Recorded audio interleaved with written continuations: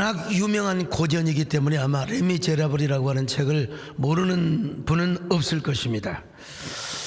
빅토르 휴고가 쓴 소설인데요. 거기 나오는 장발장이라고 하는 주인공이 있습니다. 배가 고파서 빵을 하나 훔친 죄로 무려 20년 동안 가혹한 감옥 생활을 합니다.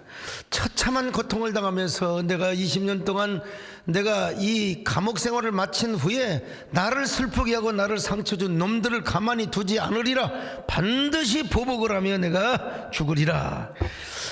그렇게 살다가 마침내 20년이 되어서 감옥에서 나왔죠. 그 주머니에는 뭐 빵 하나 사 먹을 돈이 없어요.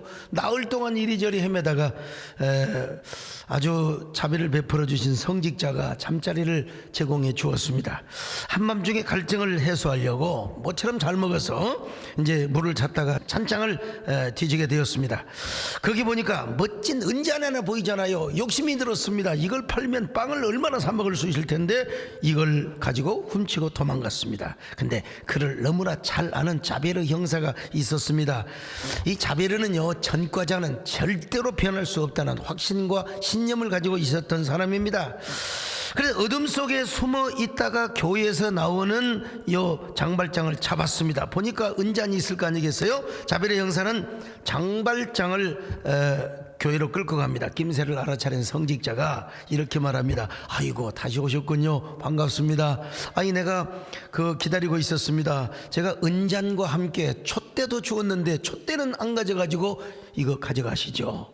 여러분, 형사 자베르는 전과자 장발장이 은잔을 도둑질한 줄 알았는데 주었다는 사실을 알고 말을 더 이상 하지 못하고 바깥으로 갑니다.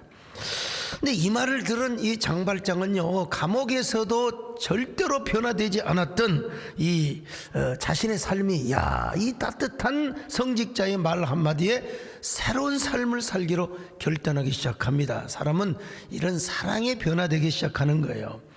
그러나 정의밖에 몰랐던 이 형사, 자베르 형사는 언젠가 장발장의 도움으로 살아나게 됩니다. 그리고 이 사실을 나중에 알고 나서 자존심이 상해서 결국은 죽음을 선택하고 맙니다. 빅토르 휴고가 이 소설을 통해서 우리에게 가르쳐주고자 하는 것이 무엇이었을까요? 세상에 올리는 정의의 원리다. 죄를 지으면 반드시 벌을 받아야 돼. 권선징악의 원리라는 것입니다. 근데 하나님의 나라의 원리는 뭐냐? 사랑과 은혜의 원리라는 거예요. 하나님 나라에서는 죄를 지었음에도 불구하고 사랑으로 용서를 해주는 은혜의 원리가 통용이 된다. 요 메시지, 여러분, 작가는 작품을 통해서 말을 하는 겁니다. 뭐 작가가 여기저기 뭐 인터뷰하고 이런 것도 중요하지만 자기 작품을 통해서 말을 하는 거예요. 자, 오늘 본문이 이런 하나님의 사랑의 은혜의 원리와 용서의 원리를 잘 설명해 주고 있습니다. 예루살렘에 베데스다라는 연못이 있었습니다. 베데스다라는 말은 자비의 집입니다. 자비, 하나님의 자비가 임하는 거요. 근데 이제 옛날부터 무슨 전설이 있었느냐? 거기에 연못이 있는데 물이 막 스스로 동해 온천처럼 물이 움직여요. 이때 누구든지 어떤 병자든지 거기에 첨벙 뛰어들면 그 병자는 낫는다는 전설이 내려왔습니다. 자, 2절로 4절 한번 보실까요? 시작. 예루살렘에 있는 양문 곁에 히브리 말로 베데스다라 하는 못이 있는데 거기 행각 5이 있고 그 안에 많은 병자, 맹인, 다리 저는 사람, 혈기 마른 사람들이 누워 물의 움직임을 기다리니 이는 천사가 가끔 못에 내려와 물을 움직이게 하는데 움직인 후에 먼저 들어가는 자는 어떤 병에 걸렸든지 낫게 되밀어라. 자, 요걸 두고 이제 그리스가 이스라엘을 지배할 때에는 아스클레우스라고 하는 그 치유의 신이 있어요. 요 신이 와서 이제 병자들을 고쳐준다고 자기들은 그렇게 믿었어요. 그러나 그렇지가 않습니다. 하나님의 천사가 내려와서 바로 그 물을 통하게 하고 맨 먼저 뛰어든 자는 하나님의 자비를 베풀어 준다고. 오늘 본문은 그대로 전설을 그대로 기록해 놨습니다. 5장 4절을 다시 봅니다. 시작. 이는 천사가 가끔 못에 내려와 물을 움직이게 하는데 움직인 후에 먼저 들어가는 자는 어떤 병에 질병에 걸렸든지 낫게 되밀어라. 자, 그래서 이 연못에는 수많은 각색 환자들이 줄을 서서 있습니다. 물이 통하기를 기다리고 있습니다. 먼저 들어가는 자는 반드시 병 고침을 받는다는 신념과 확신 때문이죠. 그러니 경쟁률이 얼마나 치열하겠습니까? 자비의 집이 자비가 가득한 것이 아니라 질투와 시기, 경쟁이 얼마나 치열한지 몰라요. 물론 맨 먼저 들어가서 병이 나은 사람은 막 기뻐 뛰며 노래를 하겠죠. 주의 자비가 내려온다고 말이죠. 주의 자비가 내려와 내려, 주의 자비가 내려, 봄비같이 주의 자비가 내려온다 이거요. 근데 첫 번째 뛰어간 사람만 주의 자비를 경험하는 거지, 두 번째 뛰어간 사람 아무 소용없어. 그러니까 거기는 뭐냐, 시기와 질투, 온갖 시샘과 온갖 경쟁이 치열하더란 말입니다. 그러니까 자비의 집이 아니라 경쟁의 집이요. 근데 6월절을 맞이해서 자비의 주인 되시는 예수님께서 베데스다 연못을 찾아가셨습니다. 거기에는 특별히 누가 있었느냐, 38년이나 중풍병자로 고생하던 환자가 있었습니다. 이 환자는 38년 동안 수백 번이나 남이 병이 고친 것만 바라보고 있었던 사람이에요. 그림의 떡만 구경하고 있었어요.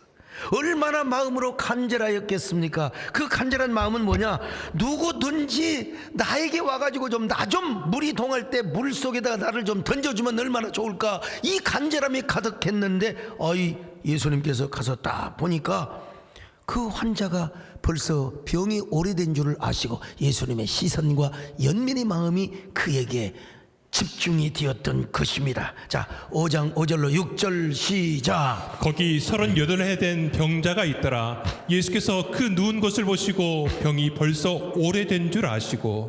오래된 줄 아시고. 여러분, 세상이 짧은 것도 같지만 결코 짧은 건 아닙니다. 여러분, 제가 이렇게 목회를 열심히 해왔는데 해봤자 지금 이제 38년 한 것 같아요. 우리 세대교회뿐만 아니라 신학교 다니면서 전도사하고 교회 개척하고 시골교회 개척하고 다 합쳐도 38년 39년 된 것 같아요. 여러분, 38년 동안을 제가 목회를 했는데 38년 동안 중풍을 앓았다고 생각을 해보세요. 가족으로부터 버림받았습니다. 이미 부모님은 돌아가셨을 것이고, 결혼을 했다 한들 아내도 떠났을 것이고, 자식이 있다 한들 여러분 김병희 효자 없다고. 그리고 형제간도 이미 그를 다 버려버렸어. 그를 도와줄 자는 한 명도 없어요. 자, 5장 7절을 봅니다. 시작. 병자가 대답하되 주여, 물이 움직일 때에 나를 못에 넣어주는 사람이 없어 내가 가는 동안에 다른 사람이 먼저 내려가나이다. 다른 사람이 먼저 내려가요. 언젠가 프랑스 파리에 우리 집사람 그리고 정권사님과 함께 파리에 갔어요. 근데 거기 목사님이 나이가 지긋하신 분이 아주 젊은 여자하고 살아요. 젊은 여자일 뿐만 아니라 이쁜 여자, 아이고, 그리고 애까지 나와가지고 좀 이상하다, 의아하다, 뭐라고 물어볼 수도 없고. 근데 아니나 다를까 본인이 고백을 하시는 거예요. 원래 본처이신 사모님께서 수년 동안 자리를 잡고 누워 계셨어요. 얼마나 병수발을 잘 들었던지, 세상에 씻어줄 때는 엎어놓고 씻어주고 또 그 뉘어놓고 씻어주고, 그리고 온갖 대소변을 다 받아주면서 그 수년 동안 단 한 번도 출국을 못하고 한 번도 한국에 나와본 적이 없이 그렇게 수년 동안 병수발을 다 들었다는 거예요. 그러다가 결국 사모님이 천국으로 떠나셨어요. 혼자 된 목사님이 얼마나 삶이 고독하시겠어요. 얼마나, 야, 인생이 이런 건가, 내 반려자가 이렇게 좀 갑자기 가면 모르지만은 그렇게 고생 다 시키고 결국 갔어요. 그래서 만날 통곡하는 거예요. 새벽마다. 하나님, 내 인생은 어찌하면 좋습니까? 하나님, 나는 어떻게 이제 목회를 해야 된단 말입니까? 그러더니 어느 날 새벽 기도를 하는데 어떤 이쁜 자매가, 자기 교회 나오던 자매가 막 통곡을 하면서 기도를, 하나님 어쩌면 좋아요, 하나님 어쩌면 좋아요. 그리고 자매가 강단 앞으로 올라와가지고, 목사님, 여러분 놀라지 마세요. 제가 목사님 곁에서 목사님의 목회를 도우면 안 되겠습니까? 그래서 물어봤어요. 제가 목사님의 반려자가 될 수는 없습니까? 아니, 도대체 무슨 말이냐고 했더니, 아니, 사모님 돌아가셨잖아요. 제가 그 자리에 차고 앉아 있을 수는 없습니까? 그래서 여차해서 여차 해가지고 그 젊고 착한 이쁜 아가씨를 세컨드 마누라로 얻게 되었다는 거예요. 참, 뭐 이렇게 장로님들 좋아하시는지 모르겠네. 근데 그 목사님 뭐라고 말한 줄 아십니까? 목사님들 앞에서, 목사님들 내가 눈물로 고납니다. 사모님들 잘 섬기세요. 특별히 아플 때 잘 간병하세요. 예? 잘 간병하세요. 제가 그렇게 했더니 하나님께서 더 이쁘고 아름다운 아내를 저에게 선물로 주셨습니다. 별로 이렇게 제가 여러분 결심했어요. 우리 마누라 손을 잡고 당신 염려마, 당신 병들면 내가 정성껏 간호해 줄게. 내가 다 간호해 줄게. 대소변도 받아주리라. 근데 아직까지 저희 집사람은 쌩쌩이 살아 있습니다. 여러분, 베데스다 환자는 여러분 5년도 아니고 10년도 아니란 말이죠. 세상에 38년 동안이요. 38년 동안 병을 앓으니 누가 자녀가 있어요? 형제가 있어요? 아내가 있어요? 부모가 있어요? 없어요? 아무도 도와주는 사람이 없다 이 말이에요, 여러분요. 그러니까 그곳의 환자 가운데 가장 불쌍한 환자지요. 그래서 예수님의 시선과 마음이 그를 향하지 않을 수가 없었던 거지요. 우리가 여기서 한 가지 정말 붙잡아야 할 교훈이 하나 있는데요. 베데스다 연못 안에서의 법칙은 1등만 나. 1등만 나요. 1등. 예. 오늘 이탄 의원님 오셨는데 공부 잘했으니까 판사하셨겠지요. 1등만, 난 1등은 아주 그냥 끌어내리고 싶어 그냥. 베데스다 연못의 법칙은 1등만 낳는다는 것입니다. 그러나 예수 그리스도 안에서의 은혜의 법칙은 뭐냐? 누가 주님을 만나느냐. 오늘 주님을 만나시기를 축원합니다. 1등 되려고 하지 마시고 주님 만나시기를 축원합니다. 그런데 주님은 어떤 사람을 만나느냐? 강한 사람 안 만나요. 뻣뻣한 사람 안 만나요. 우리 예수님 어디를 가시든지 가장 연약한 자를 찾으셨습니다. 가장 추하고 고독하고 의롭고 뭐라고 할까요? 애롭고 아주 그냥 불쌍한 자를 찾으셨습니다. 그렇다면 오늘 우리는 주님 앞에 어떤 사람의 모습으로 서 있어야 되겠습니까? 주님 앞에 다약해야지요. 다약한 모습 뻣뻣해가지고 하지 마시고 다약한 모습으로, 가장 추하고 외롭고 고독한 모습으로 주님을 만나야 됩니다. 나약하고 추한 모습뿐만 아니라 여러분, 나는 주님이 없이는 살아갈 수가 없어요. 진짜 우리 신앙인은 그래야 돼요. 주님이 없이는 살아갈 수가 없어요. 여러분, 우리 인간도요, 어떤 사람을 도와주고 싶습니까? 좀 굽신굽신거리고 나약한 사람 먼저 인사하고 뭐라 친절한 사람, 이런 사람을 도와주고 싶어요. 강한 자한테는 아분하지 그건 진정성이 없어요. 예. 정말 도와줘야 될 사람은 나의 도움, 정말 목사님 저 좀 도와주세요, 집사님 저 좀 도와주세요. 예. 그 사람이 어떤 사람이냐? 약한 사람입니다. 약한 사람. 여러분, 남자들 안 그렇습니까? 여자가요 막 뻣뻣해가지고 그런 줄 알았다, 저놈의 종자 어쩌고 저쩌고. 여러분요, 마음 떠납니다. 여자분들 정말 정신 잘 차리셔야 돼요. 약해져야 됩니다. 여자가 뭐라고 하지 말고 저 인간 저 종자 그런 말하는 순간 남자는 벌써 메뚜기는 힘들어가지고 저 다른 갈대를 찾으러 다니는 마음은 그렇게 되어 있어요. 여러분, 여자는 약해져야 돼요. 여자는 뭐 해야 돼요? 웃을 때 웃는다. 아니면 울어야 돼요. 여자가 눈물을 흘리지 않고 악을 썼으면서 막 싸움을 피우면서 막 가서 돈 벌어 안 오고 받아서, 그러면 남자는 길 가다가 여자가요 막 혼자 가지 마시고 남편 눈치 보면서 뭐 어떤 대사 나올 줄 알죠? 내가 왜 이러지?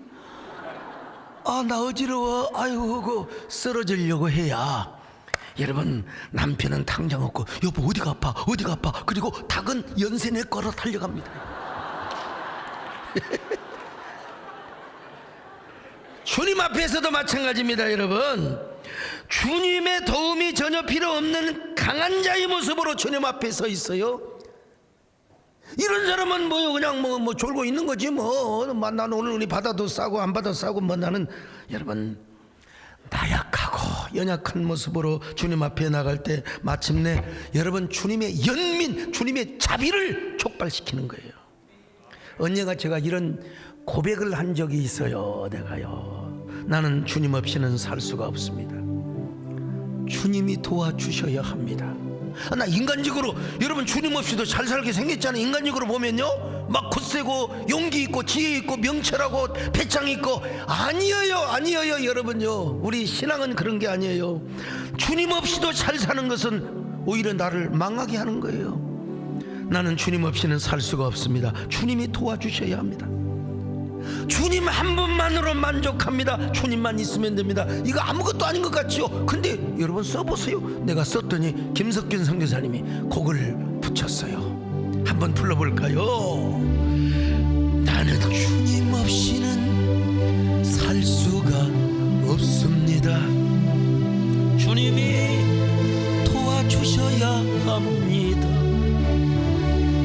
주님 없이도 잘 사는 것은 오히려 나를 망하게 합니다. 나는 주님 없이는 살 수가 없습니다. 주님이 도와주셔야 합니다. 주님 한 분만으로 나는 만족합니다. 주님만 있으면 됩니다. 주님 없는 기쁨은 오히려 나를 심판의 길로 인도합니다. 주님 없이는 살 수가 없습니다. 주님이 도와주셔야 합니다. 여러분, 이 38년 된 환자는 정말 여러분 이제 도와줄 분은 주님밖에 없어요. 누구도 도와줄 사람이 없어요. 물이 통한다고 해서 누가 자기를 옮겨줄 사람도 없고, 그런 얼마나 도움의 손길이 필요했겠습니까? 누군가 나를 도와주는 헬퍼, 조력자 필요했어요. 근데 어느 한 선량한 젊은 남자가 연민의 눈빛으로 자기를 가까이 와서 자비의 눈빛으로 쳐다보는 거예요. 그때만 해도 38년 된 환자는 예수님이 누구인 줄을 몰랐어요. 그런데 그가 너무나 자비로운 눈빛으로, 연민의 눈빛으로 여러분 자기를 처량하게 쳐다보고 계시는 것이 아닙니까? 오늘 여러분, 여러분의 신음소리에, 여러분의 기도소리에 자비하신 눈빛으로 여러분 주님이 여러분을 다가오고 있음을 믿으시기를 바랍니다. 여러분을 쳐다보고 있음을 믿으시기를 바랍니다. 그러면서 두벅두벅 걸어오시더니 마침내 이런 질문을 하시는 거예요. 네가 낫고자 하느냐? 네가 낫고자 하느냐? 자, 5장 6절 같이 봅니다. 시작. 예수께서 그 누운 것을 보시고 병이 벌써 오래된 줄 아시고 이르시되 내가 낫고자 하느냐? 네가 낫고자 하느냐? 여러분, 38년 된 환자에게 주님이 주신 말씀이, 한마디 말씀이 뭐냐? 네가 낫고자 하느냐? 아니, 당근이죠. 지금 이 사람의 소원은 오매불망, 병이 낫는 거요. 하면 자기 발로 좀 걸어 다녀 보는 겁니다. 아무튼간에. 그러면 그냥 예스, 네, 아멘 하면 끝나는 겁니다, 여러분요. 근데 왜 주님께서 이런 것을 물어보실까요? 이유는 하나, 기대감을 불러일으켜 주기 위해서요. 사람은 기대감이 없으면요, 아무리 나사줘도 원망합니다. 왜 나를 나사줬냐고. 기대감이 있어야 됩니다. 소망이 있어야 됩니다. 오늘 여러분의 소망은 무엇입니까? 여러분의 기대감은 무엇입니까? 여러분 주님 앞에 기대감을 가지고 나오시기를 바랍니다.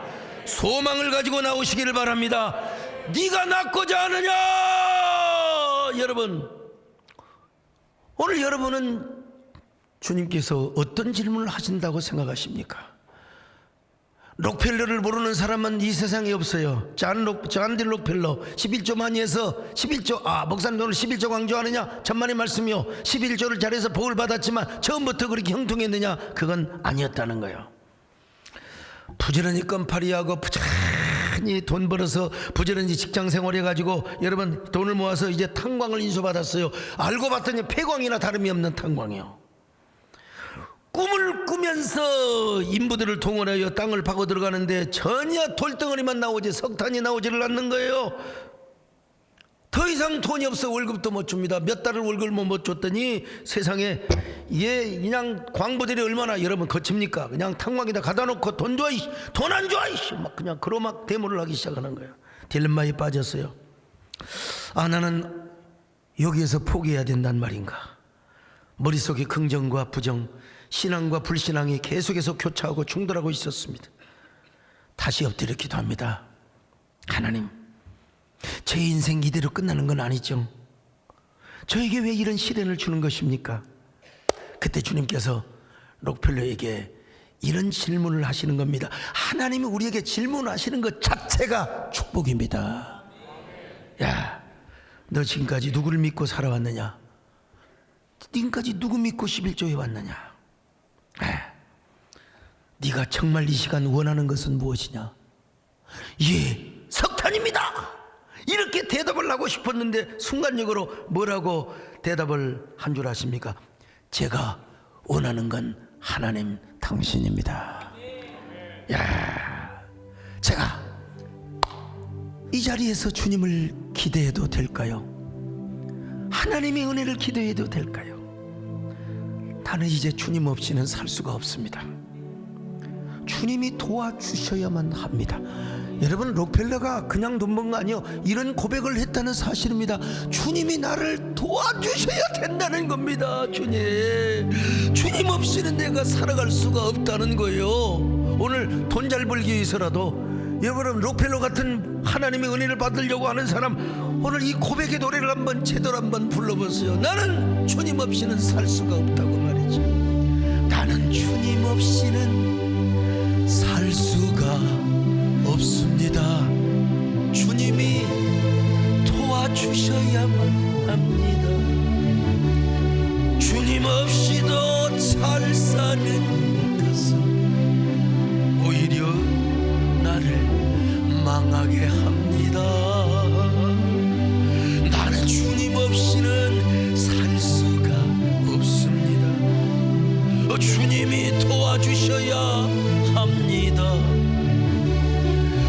주님 한 분만으로 나는 만족합니다. 주님만 있으면 됩니다. 주님 없는 기쁨은 오히려 나를 심판의 길로 인도합니다. 주님 없이는 살 수가 없습니다. 주님이 도와주셔야. 여러분, 순간 이런 확신이 확 들었습니다. 자신감이 들었어요. 나 석탄 목회도 하나님은 잃어버리지 않는다. 그러면서 일어나서 광부들을 설득했습니다. 여러분, 조금만 더 깊이 한번 팝시다. 조금만 더 깊이. 내가 기도하겠습니다. 한번 속는 셈 치고 또 한번 파봅시다. 여러분, 그 록펠러의 강렬한 확신 그리고 눈물기 어린 이러한 설득으로 광부들은 다시 꽃갱이로 땅을 파갑니다. 여러분, 얼마 동안을 파고 들어가는데 갑자기 검은 물이 막 석탄보다 더 검은 물이 막 치솟아 올라요. 이야, 이게 뭔 줄 아세요? 석유였습니다. 석유가 원래 원유는 막 새까맣게 나와요. 막. 그래서 록펠러가 석유왕이 되었고, 록펠러가 얼마나 많이 돈을 많이 벌었느냐. 뭐 요즘 돈 많다고 하는 게이츠나 빌 게이츠 있잖아요. 일론 머스크. 여러분, 2배 반, 3배 이상의 돈을 많이 번 사람이에요. 그렇게 많이 마이크로소프트 할 것 없이 어떤 부자라도 록펠러를 아직 능가할 수가 없습니다. 오늘 저는 여러분에게 한번 질문하고 싶습니다. 주님은 여러분에게 이 시간 어떤 질문을 하고 계시는가? 네가 낫고자 하느냐? 네가 회복되고자 하느냐? 네가 새로워지고자 하느냐? 너가 더 큰 복을 받고자 하느냐? 오늘 우리가 이런 질문을 받아야 됩니다. 그렇다고 이 질문은 아무에게나 하는 것이 아니에요. 주님 앞에 가련한 사람, 저 베데스다 연못에 38년 된 환자와 같은 사람에게 이런 질문을 주시는 거예요. 네가 낫고자 하느냐? 네가 낫고자 하느냐? 여러분, 그러면 뭐라고 대답해요? Yes, okay, of course. 당근이죠, 당근. 그렇게 대답할 수 있는데 오늘 38년 환자는 그러지 않았어요. 주여, 물이 움직일 때 나를 못에 넣어주는 자가 없어서 내가 물에 들어갈 수가 없나이다. 자, 5장 7절 같이 보실까요? 시작. 병자가 대답하되 주여 물이 움직일 때에 나를 못에 넣어주는 사람이 없어 내가 가는 동안에 다른 사람이 먼저 내려가나이다. 어찌 보면 신세 타령과도 같이 보입니다. 그러나 신세 타령의 측면이 전혀 없다고 할 수는 없겠지만 적어도 요 고백이 뭐냐? 주님의 연민과 자비를 촉발시키는 대답이었다는 것입니다. 여러분, 주님이 너무나 민망히 여기고 불쌍히 여겨 주셨다 이거예요. 여러분, 물론 지금 이 순간에는 그 환자가 예수님이 누구인가를 확실히 알 수는 있다고 볼 수 없어요. 그가 진짜 메시아인가, 다윗의 자손 하나님의 아들인가, 뭐 그건 몰라. 예. 그럼에도 불구하고 그를 뭐라고 불렀느냐? 주여라고 불렀어. 주여, 주여. 주여라고 부르는 걸 보면 적어도 이 착하신 분이, 이 착하신 선생님, 랍비 선생님께서 나를 일으키는 것은 뭐 상상도 못했겠죠. 나를 물이 동할 때 먼저 저 연못에다가 넣어줄 수 있는 그런 분이겠구나라고 정도는 믿고 있었을 것입니다.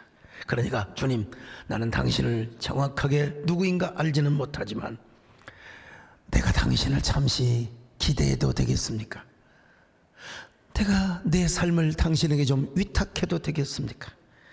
이 순간을, 내 모든 인생을 기대해도 되나요? 주님 뭐라고 말씀하셨어요? 오냐? 그럼 그렇지, 내가 너를 연못에다가 던져줄게. 걱정하지 마. Don't worry. 걱정하지 마. 근데 주님께서 그런 말씀 안 하셨어요. 그런 말씀 하면 얼마나 좋겠습니까? 한마디 말씀, 일어나 내 자리를 들고 걸어가라. 일어나 내 자리를 들고 걸어가라. 자, 5장 8절입니다. 시작. 예수께서 이르시되 일어나 내 자리를 들고 걸어가라 하시니. 여러분, 이런 반전이 어디가 있어요? 나를 좀 던져주세요. 나를 저 연못가에다 던져주세요. 아니야, 베데스다의 진정한 주인은 누구야? 나야, 나야, 나란 말이야, 나야란 말이야. 당신은 물속에 들어갈 필요가 없어. 베데스다의 연못의 주인인 누구냐? 예수 그리스도, 내가 당신을 치료해 주겠다는 것입니다. 그런데 당신은 지금 저 연못에 가려고 하지 말고 일어나. 지금 당장 일어나요. 지금 당장 일어나요. 자리를 들고 일어나요. 자, 5장 8절입니다. 시작. 예수께서 이르시되 일어나 내 자리를 들고 걸어가라 하시니. 걸어가라. 여러분, 그랬더니 그 예수님의 말씀 한마디 막 근육에 힘이 생기는 거잖아요. 막 두 다리 막 띠디딕 힘이 생기는 거요. 그 일어나라고 했더니 일어나지잖아요.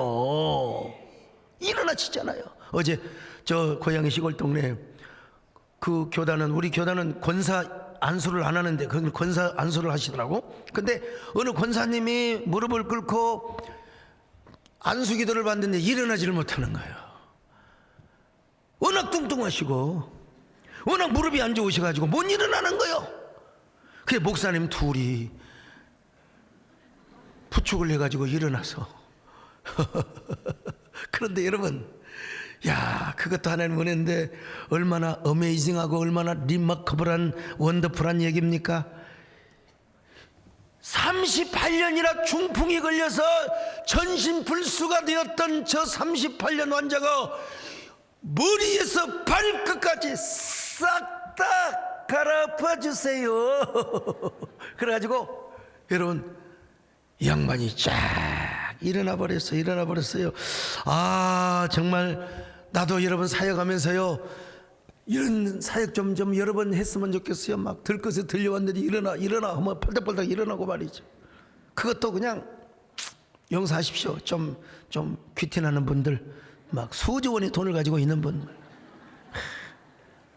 하나님께서 온전하게 이 말을 명령할 수 있는 분은 예수님밖에 없습니다. 사실은 이제 성령의 권능을 주셔서 성령의 감동을 가지고 우리가 예수의 이름으로 명할 수는 있죠. 근데 아무나 명한다고 되는 게 아니에요. 성령의 감동이 와야죠. 여러분, 요한 사도와 베드로 사도는 성전 비문 앞에 있는 안전뱅이를 향하여 금과 은은 내게 없어도 내가 예수 그리스도의 이름으로 명하노니, 나사렛 예수 이름으로 명하노니 일어나 걸어라 했잖아요. 참 이런 역사가 있으면 좋겠어요. 근데 우리가 일단요, 남에게 뿐만 아니라 성령의 감동으로 내 자신에게부터 그런 말을 할 필요가 있습니다. 우리는 우리 자신을 너무 방치하거든. 너무 함부로 대해요. 예수 믿지 않는 사람들도요, 보면은 우리 안에 부정적인 자아가 있고 긍정적인 자아가 있다는 사실을 알아요. 그래서 부정적인 자아가 있는 사람은 막 내가 나를 무시해, 내가 나를 막 험담하고, 내가 나를 그러니까 막 자학하고 쓸데없는 열등의식, 비교의식이 빠지며 살아가는 거죠. 그래서 정신과 의사인 문용환 박사님은 나는 왜 나를 함부로 대할까라는 책을 통하여 부정적인 자아가 형성되어 있는 사람을 향하여 이렇게 조언하고 있습니다. 거울 속에 비친 자신을 바라볼 때마다 안녕이라고 인사하세요. 안녕. 거울 바라보면서 안녕. 자기 실수나 자기 부족함에 대해서 괜찮아, 그럴 수도 있어. 응? 고통 속에 빠질 때 스스로 가슴을 토닥이며 많이 힘들지? 힘든가 봐. 괜찮아, 안녕. 여자분들 화장하면서 자꾸 이렇게 뺨만 때리지 마시고 화장하면서 보면서 안녕하세요, 안녕, 안녕. 여자분들 딱 보면 뭐 눈매가 아름답고 또 이게 볼태기가 이쪽만 이쁘다고 여자냐? 우리 남진장로는 마음이 고와야 여자라고 하는데, 여자를 그래도 인물을 전혀 안 볼 수가 없잖아. 여자 중에 가장 중요한 게, 여러분 관상학적으로 관상 보는 사람들도 입이 아름다워야 된대요. 눈이 아무리 아름다워도 이러면 안 돼요. 그리고 입이 아무리 아름다운 사람도 이러면 복이 달아난대요. 네. 안 믿는 사람도 그런 얘기를 한다니까. 그래서 할 수 있으면 여자는 입이 커야 되고 아름다워야 돼. 입이. 그래갖고 이 입을 가지고 안녕.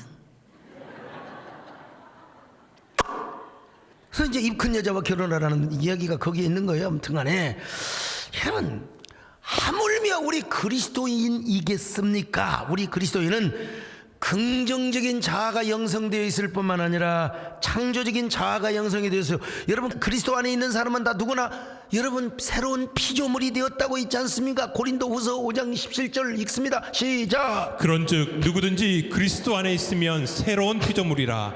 이전 것은 지나갔으니 보라 새 것이 되었도다. 자, 제가 왜 이런 얘기를 하느냐? 환자가 고침을 받는 다음에 주님께서 그에게 뭐라고 말씀한 줄 아세요? 고침을 받았지만 더 심한 것이 생기지 않도록 하거라. 다시는 죄를 범치 말라고 했어요. 5장 14절입니다. 시작. 그 후에 예수께서 성전에서 그 사람을 만나 이르시되 보라 내가 나았으니 더 심한 것이 생기지 않게 다시는 죄를 범하지 말라 하시니. 여기서 모든 병은 죄가 근원이라는 거예요. 모든 병의 근원은 죄라. 그런데 고질적인 질병의 뿌리 중에 하나가 뭐냐면 우리 안에 뭐요? 부정적인 자아가 형성이 되는 거예요. 새로운 피조물이 되었는데도 불구하고 막 예수 믿는 사람이 돼가지고 막 불평하고 막 입을 막 삐죽삐죽 이런 뭐 복이 왔다가도 푹 늘어가지. 안녕.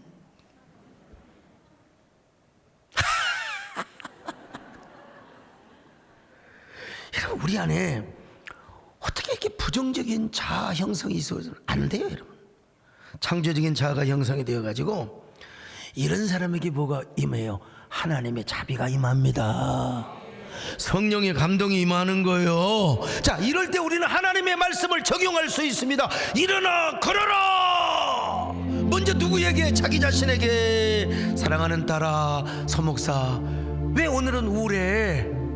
왜 오늘은 이렇게 자꾸 힘들어하는 거야? 여러분, 저도 맨날 좋겠습니까? 막 정말 여러분, 요즘 왜 이렇게 저를 칭찬하는 사람들이 많습니까? 못 잡아먹어서 만족한 사람도 많고. 괜찮아요 여러분. 뭐 욕하면 기분 좋을 리는 없지만 그래도 그거 무시하고 살아야지. 어떻게 옛날부터 욕을 많이 먹으면 오래 산답니다. 오래 살아. 그래서 일찍 죽기는 다 틀렸어요. 나는 여러분 미안해요. 오래 살 거예요.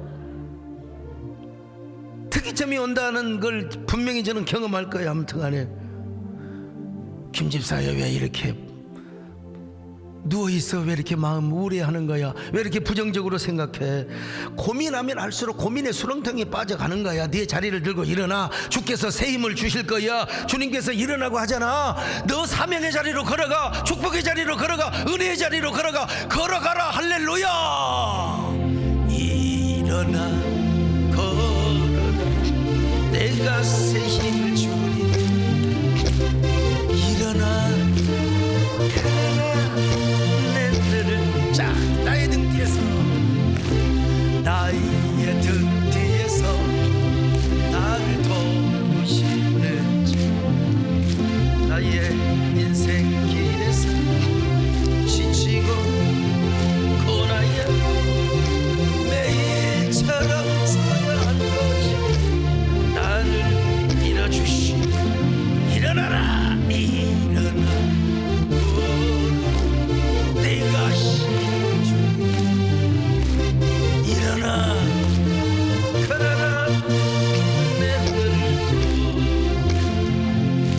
근데 이게 아무리 외쳐도 안 될 때가 있어요. 이게 아무리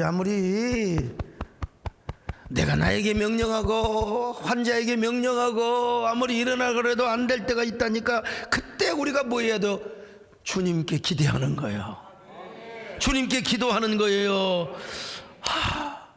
우리가 기대하면 우리가 기대한 것보다도 더 위대한 것으로 채워주시는 하나님. 마치 여러분 베데스다 38년 환자는 예수님이 오셔서 자기를 그냥 업어다가 저 연못에다가 갖다 던져주기를 원했단 말이죠. 그럴 필요도 없어. 물이 언제 통할지도 모르고. 주님께서 일어나 네 자리를 들고 걸어라. 자, 오늘 여러분 이 말씀을 들으면서 어떤 생각이 드십니까? 여러분의 모습이 어떤 모습으로 비춰집니까? 여러분 그림자 속에 자꾸 숨으려고 해요? 아니면 주님의 은혜 강철을 향하여 여러분 나가고 계십니까? 얼마나 주님을 기대하고 계세요? 오늘 베데스다 환자처럼 반쪽 정도만 기대하고 있습니까? 괜찮아요. 왜? 뭐 그렇다고 믿음이 어린 사람이니까 괜찮다고 하는 거예요. 뭐 그렇다고 해서 내가 반신반의해도 좋다는 말은 아닙니다. 주님을 믿는 쪽으로 내가 아직은 성령 충만하지 않고 내가 능력이 없고 내가 아직 아무것도 할 수도 없어요. 그렇지만 내가 주님께는 기대하고 싶어. 네. 그런 사람에게 주님은 더 큰 역사, 더 큰 기대, 더 큰 응답으로 여러분 채워주심을 믿으시기를 바랍니다. 희한한 것은 내가 주님을 의지하려고 하는 그 순간, 주님께 기대하는 그 순간 성령이 오셔서 내 마음을 감동하시는 거예요. 믿음을 주십니다. 능력을 주십니다. 의지할 수 있는 힘을 주십니다. 여러분 주님께서 손을 내밀어 주십니다. 여러분 문제는 뭐냐? 우리가 얼마나 주님 앞에 연약한 모습으로 서 있느냐, 이게요. 베데스다 연못의 법칙은 1등만 살아남는 경쟁의 원리 속에 있었어요. 맨 먼저 들어가는 사람만 여러분 나섰다 이 말이에요. 그러나 주님 앞에서 진정한 1등은 누굽니까? 주님을 만난 사람이요. 주님 어떤 사람을 만나주느냐 이거요. 연약한 모습, 연약한 모습으로. 아유 주님 왜 이러죠? 연약한 모습으로, 처절한 모습으로 주님을 만난 사람. 오늘 여러분 그래서 우리 주님 앞에 연약한 사람이 되시기를 바랍니다. 그냥 불쌍한 사람으로 주님을 만나시기를 바랍니다. 나약한 사람으로. 그래서 여러분 2절의 고백은 뭔 줄 아세요? 나는 주님 없이는 숨 쉴 수가 없습니다. 살 수가 없는 게 아니라 숨도 쉴 수가 없어요. 주님이 사랑해 주셔야 합니다. 주님 없이도 잘 사는 것은 오히려 나를 숨 막히게 하는 겁니다. 이런 역설이 어디가 있어요? 이런 역설이. 나는 주님 없이는 숨 쉴 수가 없습니다. 주님이 사랑해 주셔야 합니다. 이 고백이 나는 내 고백뿐만 아니라 여러분의 고백이 되시기를 바랍니다. 여러분의 고백의 노래가 되시기를 바랍니다. 나는 주님 없이는 숨 쉴 수 없습니다. 주님이 사랑해 주셔야 합니다. 주님 없이도 잘 사는 것은 오히려 나를 숨막히게 합니다. 나는 주님 없이는 숨 쉴 수가 없습니다. 주님이 사랑해 주셔야 합니다. 주님 한 분만으로 나는 만족합니다. 주님만 있으면 됩니다. 주님 없는 평안은 오히려 나를 실패의 길로 넘어뜨립니다. 주님 없이는 숨 쉴 수가 없습니다. 주님이 사랑해 주셔야. 주님 없는 기쁨은, 주님 없는 기쁨은 오히려 나를 심판의 길로 인도합니다. 주님 없이는 살 수가 없습니다. 주님이 도와주셔야. 기도합니다. 가슴에 손을 얹어도 좋습니다. 제가 주님을 기대해도 되나요? 주님, 저는 강한 사람도 아닙니다. 능력 있는 사람도 아닙니다. 마음이 너무나 약한 사람입니다. 그런데도 믿음도 부족하고 성령 충만하지도 못하는데 제가 주님을 기도해도 되나요? 내 인생을 주님께 위탁해도 되나요? 약한 사람이기 때문에 저는 주님의 도우심이 필요합니다. 다른 건 몰라도 전 주님이 없으면 살 수가 없습니다. 주님이 없으면 숨 쉴 수가 없습니다. 이 나약하고 불쌍한 자에게 도움의 손길을 내밀어 주시기를 바랍니다. 이 실패한 자에게 회복의 길, 재기의 손을 내밀어 주시기를 바랍니다. 이 병든 몸을 거쳐주시고 치유의 손을 내밀어 주시기를 바랍니다. 저는 이제 주님의 손을 붙들고 나가겠습니다. 주님의 한 말씀을 붙들고 나가겠습니다. 이런 고백을 한 1분 동안 해보시기 바랍니다. 주님 앞에.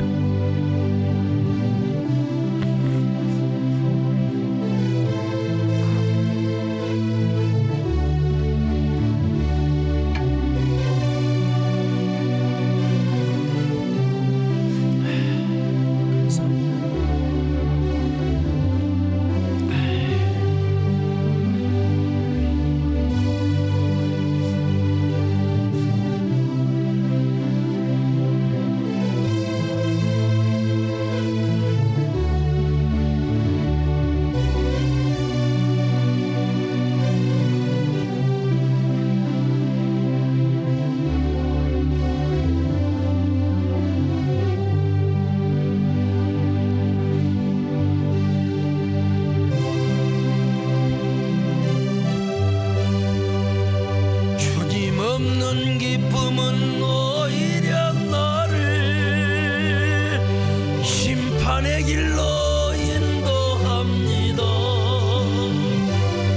주님 없이는 살 수가 없습니다. 주님이 도와주셔야 합니다.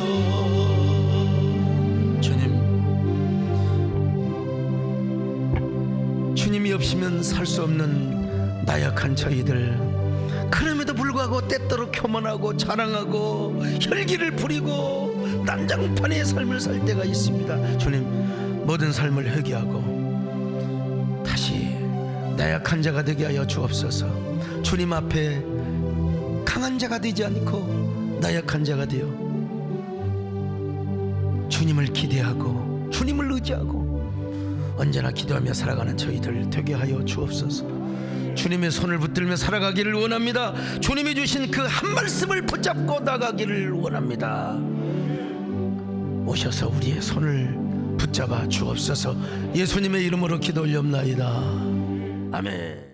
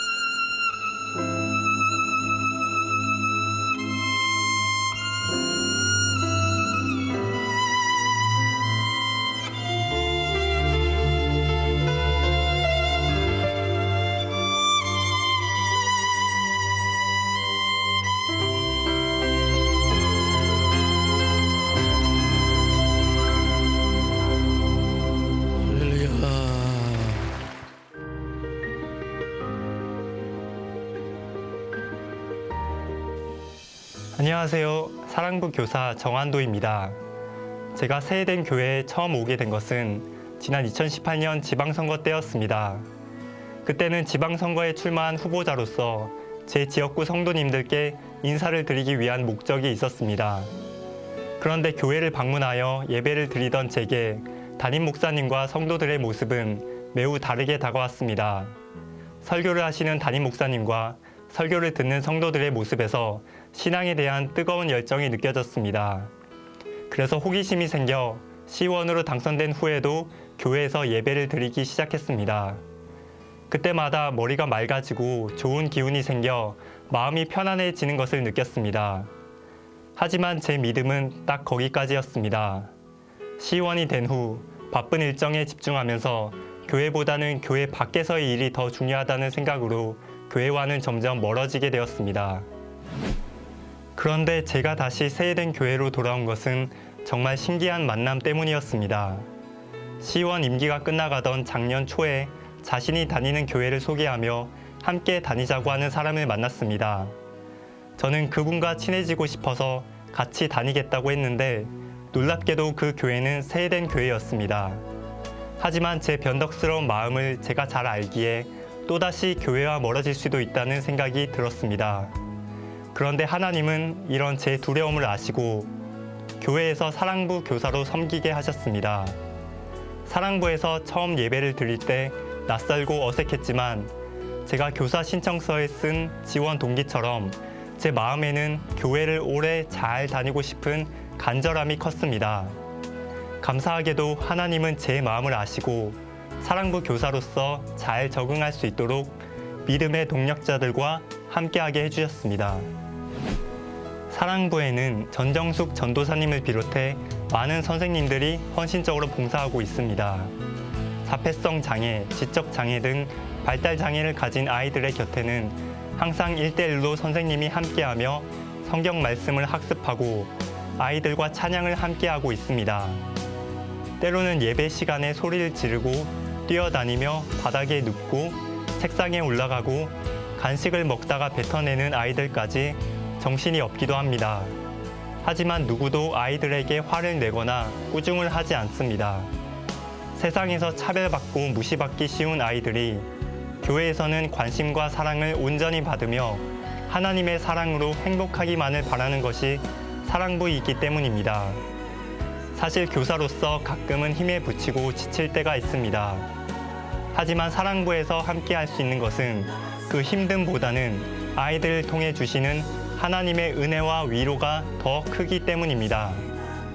제가 어떤 말을 해도 웃어주는 아이들의 표정과 제 곁에서 함께 해주는 아이들을 보면서 제가 오히려 사랑과 용기를 얻을 때가 많았습니다. 어쩌면 하나님이 주시는 사랑의 모습과 사랑부 아이들이 가진 사랑의 모습은 참 많이 닮아 있는 것 같습니다. 하나님의 사랑이 그렇듯이 사랑부 아이들은 제가 준 사랑보다 더 많은 사랑을 제게 주었습니다. 저는 사랑부와 함께하면서 정말 많은 것을 받았습니다. 사랑부 아이들을 생각하며 교회를 매주 나오게 되었고 덕분에 세례도 받게 되었습니다. 그리고 용인시의원 임기를 무사히 마치고 제 경험과 능력을 활용할 수 있는 입법조사관으로 하나님이 길을 열어주셔서 새로운 자리에서 공익을 위해 일할 수 있게 되었습니다. 특히 개인적으로 하나님이 제게 주신 가장 큰 축복은 저를 세해된 교회로 다시 인도한 그 사람과 결혼하여 믿음의 가정을 이루게 된 것입니다. 하나님은 나와 상관없고 그저 멀리 계신 분이라고 생각했는데 항상 제 곁에서 함께 해주신 하나님을 만났기에 저는 감사와 찬양을 멈출 수가 없습니다. 사랑부에서는 아이들과 눈을 맞추며 같이 웃을 수 있고 아이들에게 사랑을 줄 수 있는 선생님을 기다리고 있습니다. 세상이 줄 수 없는 하나님의 사랑과 아이들의 사랑이 만나는 사랑부에서 교사의 사명을 함께 해주시길 바랍니다. 끝으로 소중한 사랑부의 교장 선생님이신 소강석 담임 목사님께 감사드리며 세해된 교회에서 사랑하며 섬길 수 있는 사명의 자리를 허락하신 하나님께 모든 영광 올려드립니다. 감사합니다.